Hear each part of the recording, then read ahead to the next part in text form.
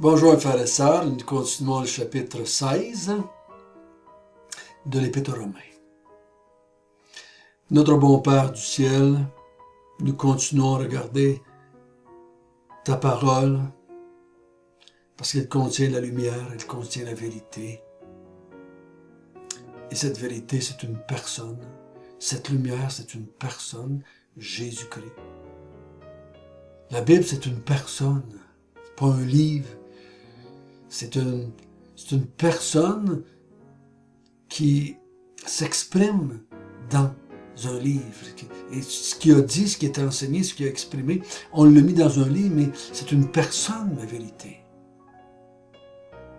Ton Fils Jésus, ta parole. Ô notre Dieu, guide-nous encore ce matin, afin qu'on te glorifie. Amen.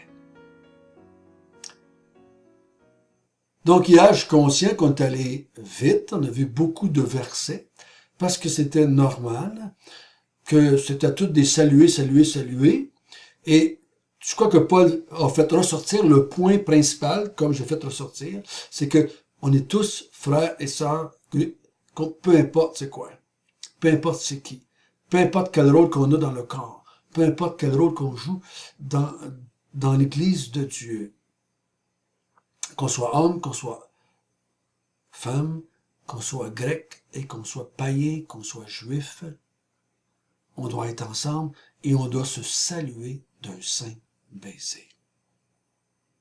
Ce matin, Paul va nous parler de ne pas saluer certaines personnes, de ne pas les saluer, eux, d'un saint baiser, de ne pas les reconnaître, eux autres, comme étant des frères et des sœurs.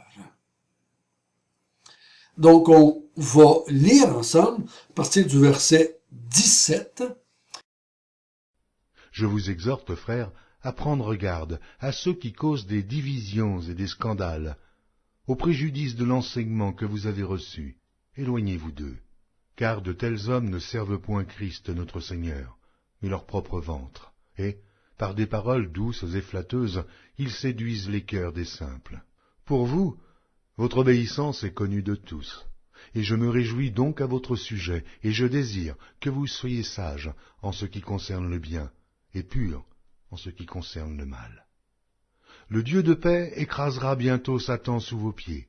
Que la grâce de notre Seigneur Jésus-Christ soit avec vous.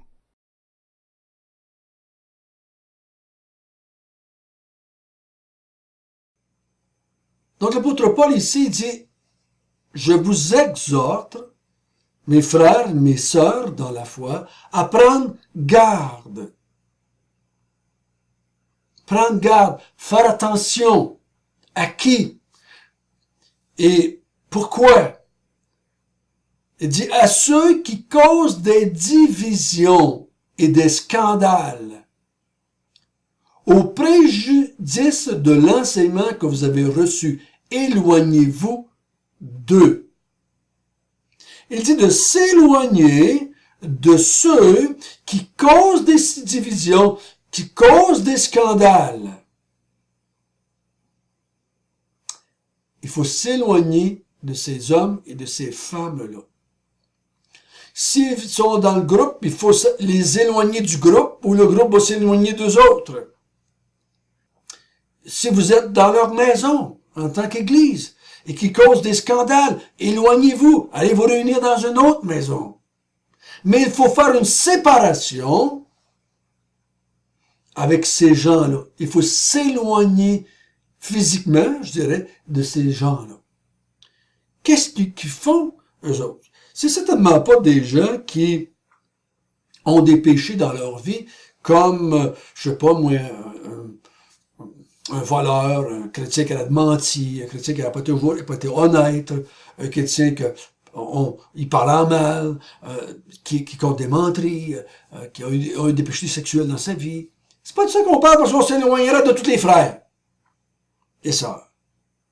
Mais ici, il parle de ceux qui causent des scandales et qui causent des divisions au préjudice de l'enseignement que vous avez reçu. de la part des apôtres et de la part de Paul.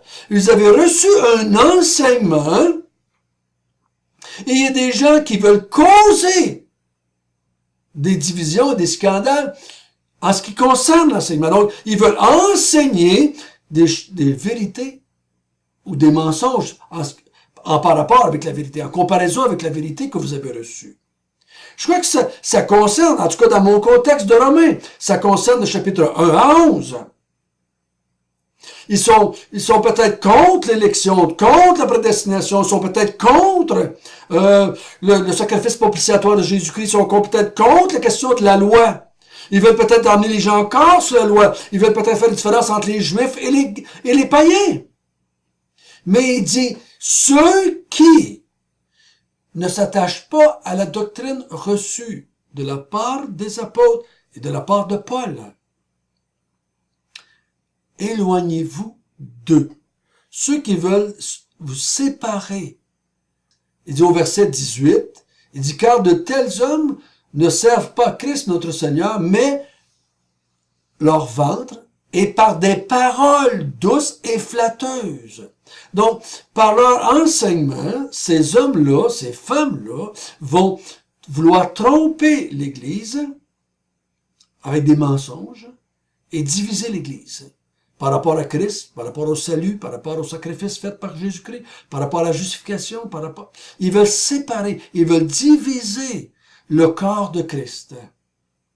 Mais dit ces gens-là, vous devez les éloigner de vous. Ne leur permettez pas de rester dans le groupe, dans l'Église. Éloignez-les de vous. Ben non, vous, éloignez-vous d'eux.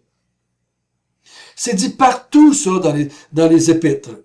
Dans les épîtres, on met en garde l'Église des faux docteurs, des faux enseignants, des faux prophètes. Et on dit, éloignez-les, éloignez-les, éloignez-les. Ailleurs, on dit, ne les recevez pas dans votre maison. Ne leur dites pas salut. Ici, il dit, ne leur donnez pas un saint baiser, je dirais, à ces gens-là.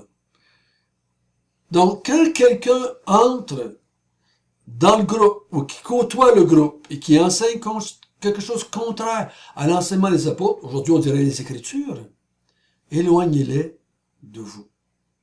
Attention, on a vu ensemble qu'on doit accueillir ceux qui sont faibles dans la foi. C'est pas pareil, là. On parle pas de la même chose. Ceux qui sont faibles dans la foi, c'est qu'ils ont la même doctrine que toi, mais ils n'en comprennent pas encore toutes les implications. On parle pas ici que ces faibles dans la foi vont contraire à l'enseignement des apôtres. On comprend la différence, n'est-ce pas? Et ces hommes-là, on doit s'éloigner d'eux. Pourquoi? Car ils ne servent pas le Seigneur, mais leur propre vente. Dans toutes les épîtres presque, on en parle. D'hommes et de femmes qui sont là dans le groupe et qui sont là pour eux. Ils sont là pour leur propre ventre. On ne parle pas juste de bouffe ici, n'est-ce pas? C'est ça. Ils sont là pour leur propre gloire. Ils sont là pour satisfaire leur propre chair. L'apôtre Pierre va dire, ce sont des agapes dans vos acabés. C'est des faux docteurs, des nuages sans pluie. Le grand problème de l'Église, à ma compréhension, n'est pas moral, mais doctrinal. Il y aura toujours des problèmes moraux dans l'Église. Mais ce qui nous appelle ici, c'est les problèmes doctrinaux. On doit y faire face d'une façon beaucoup plus ferme, en éloignant ceux qui enseignent de fausses doctrines. Les frères qui ont des problèmes moraux, on s'approche d'eux. On va les aider, les édifier, les encourager, les instruire, les supporter, les comprendre. C'est pas pareil. On doit s'éloigner de ceux qui enseignent de fausses doctrines. Parce qu'ils sont pas là pour le Seigneur. Si tu veux glorifier le Seigneur, tu dois enseigner chapitre 1 à 11. Là, je dirais aujourd'hui chapitre 1 à 15. Tu dois enseigner ce que les Écritures enseignent, ce que Paul enseigne, ce que les apôtres enseignent, ce que Jésus-Christ a enseigné. Jésus-Christ l'a enseigné, les apôtres l'ont enseigné, Paul l'a enseigné, et maintenant la Bible nous l'enseigne. Ils servent leur propre ventre. Je parlais avec quelqu'un hier qui m'a demandé comment est-ce que je peux savoir quand je fais quelque chose par la chair ou par l'esprit. Je connais la réponse, on l'a ici jusqu'à certains points. Peut-être pas 100% complète, mais une bonne idée ici. Il dit, ceux qui ne servent pas le Seigneur, c'est par la chair. Ils font ça pour la chair, par la chair. Quand je le fais par l'esprit, je le fais pour la gloire de Dieu, je sers le Seigneur pour la gloire de Dieu, pour la louange de Dieu. C'est moins important ce que l'on fait que les raisons qu'on le fait. On le fait pour le Seigneur, pour la gloire du Seigneur, pour la louange du Seigneur, pour le service du Seigneur. Il dit, ils ne servent pas le Seigneur, mais leur propre ventre.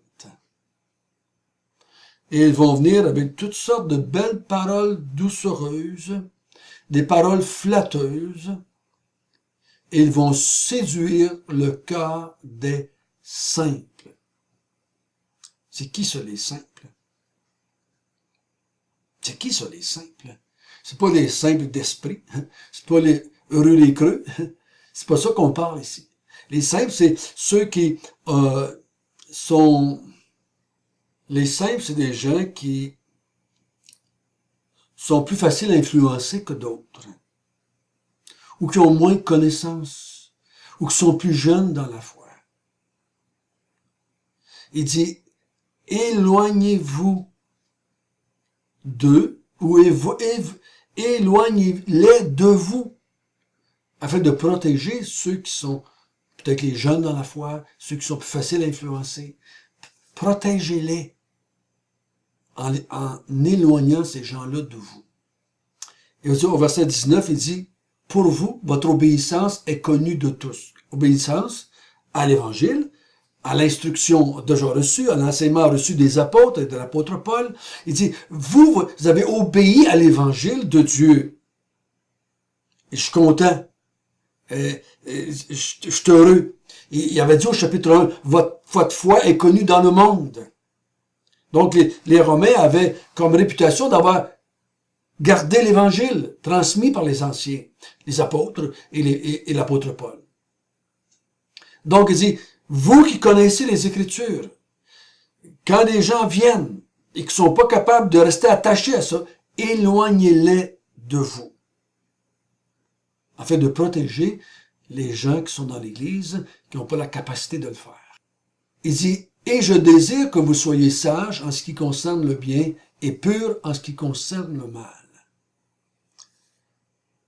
Je ne crois pas qu'il parle seulement ici que de la moralité, dans le sens que vous, ce qui concerne le péché, faites pas de péché, faites le bien. C'est sûr que c'est comme ça, c'est sûr que c'est ça que la Bible nous enseigne aussi. Mais ici, je crois que il dit, je désire que vous soyez sages et que vous continuez à vous battre pour la vérité contre le mensonge. Et donc, il dit, je vous exhorte à d'être sage. La sagesse, ici, dans le contexte, selon ma compréhension, c'est d'éloigner les faux docteurs. C'est d'éloigner ceux qui causent des scandales et des divisions. C'est ça la sagesse ici. Faites ce qui devait être fait. Faites le bien et éloignez le mal de vous. Je crois que c'est ça dont il parle le plus ici. Plus que prenez pas trop de boissons, ne vous enivrez pas, regardez pas de la porno. Je pense pas que c'est vraiment ça. C'est vrai qu'il faut pas faire ça. C'est vrai, c'est vrai. Je suis pas en train de dire, de dénigrer ça.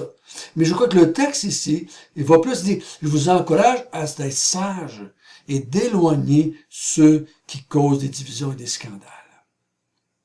Verset 20, dit, le Dieu de paix écrasera bientôt Satan sous vos pieds. Que la grâce de notre Seigneur Jésus-Christ soit avec vous.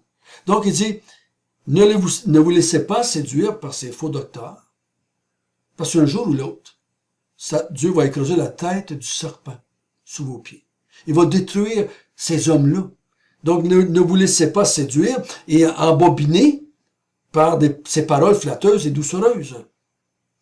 Ne laissez-vous pas éloigner de la doctrine des Écritures. Parce que si vous vous éloignez de la vérité, vous allez être écrasé avec Satan. C'est ça qu'il est en train de dire ici. Donc, il dit, éloignez-vous d'eux. Éloignez-les de vous, ces gens-là. Parce qu'ils ne servent pas le Seigneur. Ils ne sont pas attachés à la vraie doctrine. Ils vont vous entraîner dans le mensonge. Ils vont être détruits avec Satan, ceux qui suivent Satan. Donc, c'est dans ce sens-là qu'il faut ne pas donner un saint baiser à ces gens-là. Il ne faut pas donner un saint baiser à ces gens-là. Il faut les éloigner de l'Église. Notre bon Père du ciel, on est attaché à toi. On est attaché à la vérité. On veut obéir à l'Évangile de Dieu. Donne-nous la sagesse d'éloigner de nous ceux qui n'enseignent pas la vérité. Oh Seigneur, il faut les reprendre dans l'espérance qu'ils vont venir à la vérité. Mais s'ils ne veulent pas, de les éloigner de nous ou de s'éloigner, nous, d'eux. Oh Seigneur, donne-nous cette sagesse afin qu'on puisse transmettre à la génération qui vont venir les Écritures, la vérité, et qu'on ne soit pas écrasé avec Satan qui va être écrasé par la puissance de Dieu. Au nom de Jésus. Amen.